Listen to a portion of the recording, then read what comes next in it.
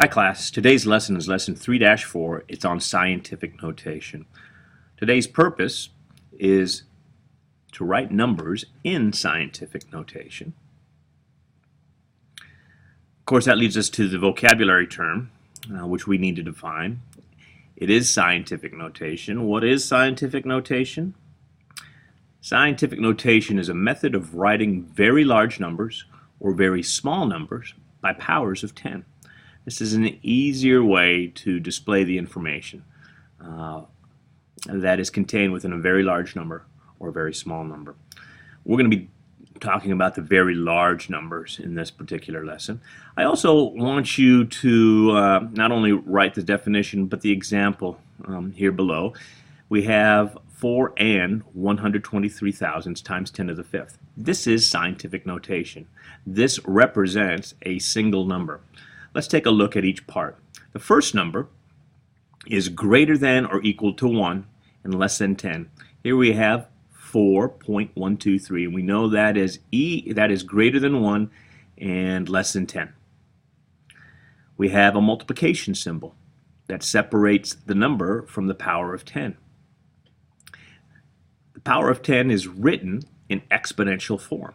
Here we have 10 to the fifth, not 100,000.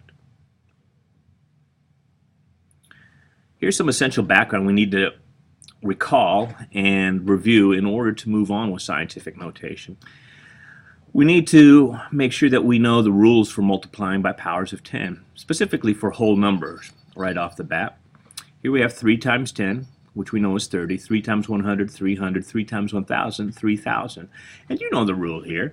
You essentially count how many zeros there are, and that's how many zeros you have in the answer.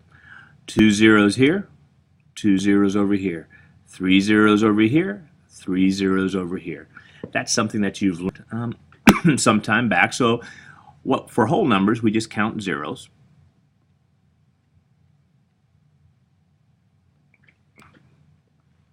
And then we place that amount of zeros in the answer.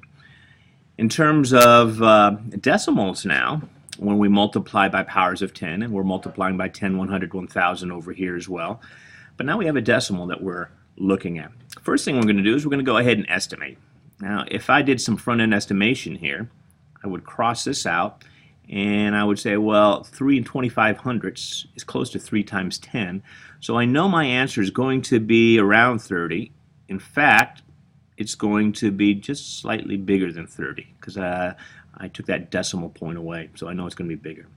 Same thing here, front-end estimation, 3 times 100. I know my answer is going to be somewhere around 300.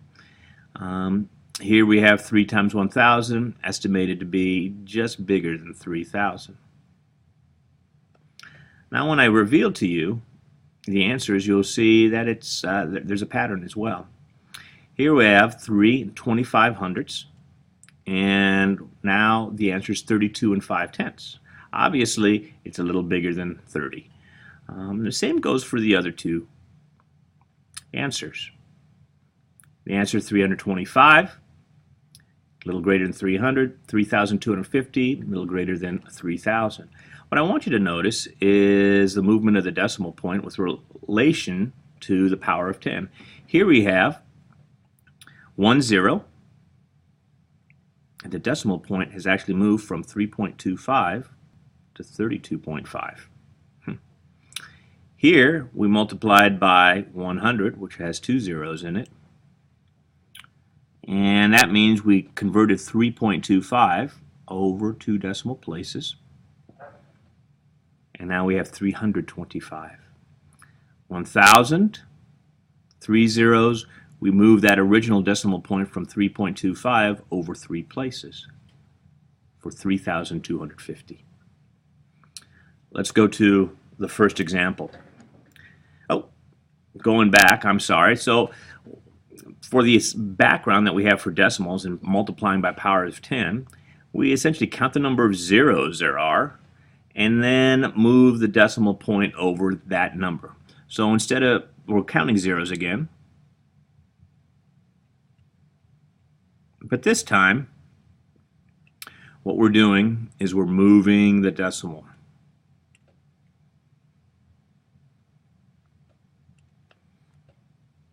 Here, for whole numbers, we counted zeros, and we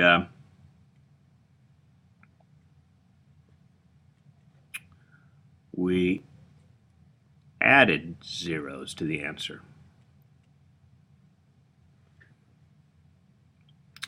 Next, let's take a look at some examples here. First example, 4,325 times 1,000. Since this is a whole number, we're going to go ahead and look at adding zeros. Because we've got 1,000 here, 4,325 times 1,000 would be 4,325. 3 zeros, add 3 zeros. Answer, 4,325,000. Zeros, zeros. Whole number, all we do is add the zeros to the end. When we have a decimal like this, we know that we have to move the decimal the number of zeros that we have. So 2 and 5400ths times 10,000. I'll write down 2.54. And I'm going to move that decimal place. Well, how many? 1, 2, 3, 4. 1, 2, 3, 4. Put my decimal point there. Well, now I've created these two valleys that don't have any numbers on it. What do I place in those valleys? Well, I place zeros. So now I have 25,400. Which, if I really estimated this and did a front-end estimation, 2 times 10,000 would be 20,000. So isn't that close to 25,400? Yeah, absolutely. Next. This time we're going to write this in scientific notation. So here we go. We know that scientific notation means that first number is going to be less than 10 and greater than or equal to 1. So I've got to make this less than 10 by moving this decimal point. I'm going to move it all the way over here. So now I have 8.296. 8.296 is less than 10. I've moved the decimal point to this location, but I've got to make sure that I still represent this number because this number is not the same thing as this. I've got to represent it by multiplying by a power of 10. In this case, it's 1, 2, 3, 4, 5, 6. There's 6 zeros that I have to have with this. So I've actually multiplied it by 1,000,000. But this number has to be written as a power of 10. 8.296 in exponential form is 10 to the 6th power. Okay, and that makes sense because I actually moved this decimal over 6 places. 1, 2, 3, 4, 5, 6. There's my scientific notation. I have a number that's less than 10, and I multiplied by a power of 10 written in exponential form, 10 to the 6th. Next, it asks me to write this in standard form. Well, I'm going to rewrite the problem 3/2 times 10 to the 7th. Now we're going to go ahead and reverse the process, and I'm going to take that 3/2 and I'm going to move the decimal over how many places? Well, 10 to the 7th power is the same thing as a 1 with 7 zeros after it. Just like that. And essentially what I'm doing is I'm moving that decimal point over 7 places. Now I can either write it like 10 million that I have here, or I can recognize that I just moved the decimal 7 places. 1, 2, 3, 4, 5, 6, 7. 0, 0, 0, 0, 0, 0. Each of those valleys gets written with a 0. So now our answer is, let me go ahead and rewrite it down here, is 32 million. There's a number in standard form. It says write the number of dots for our last example. In Seurat's painting, A Sunday in Le Grand Jardin, 3,456,000 in scientific notation. So we're going to convert this into scientific notation. Once again, that first number in our scientific notation has to be less than 10. So we move that decimal point over 1, 2, 3, 4, 5, 6. We move it over 6 again. So we have 3.456. Now we can disregard those zeros because those zeros don't change the value of this number. And then we're going to go ahead and write a 10 and figure out how many decimal places we actually moved. 1, 2, 3, 4, 5, 6. There we have our scientific notation.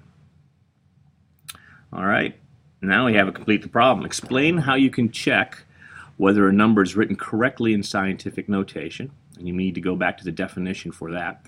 Tell why 782 and 5/10 times 10 to the 8th is not correctly written in scientific notation. And you can go back to the definition, and you can obviously see there's something wrong with this, and it's not scientific notation. Number 3, tell the advantages of writing a number in scientific notation over writing it in standard form, and explain any disadvantages. All right, we'll see you in class.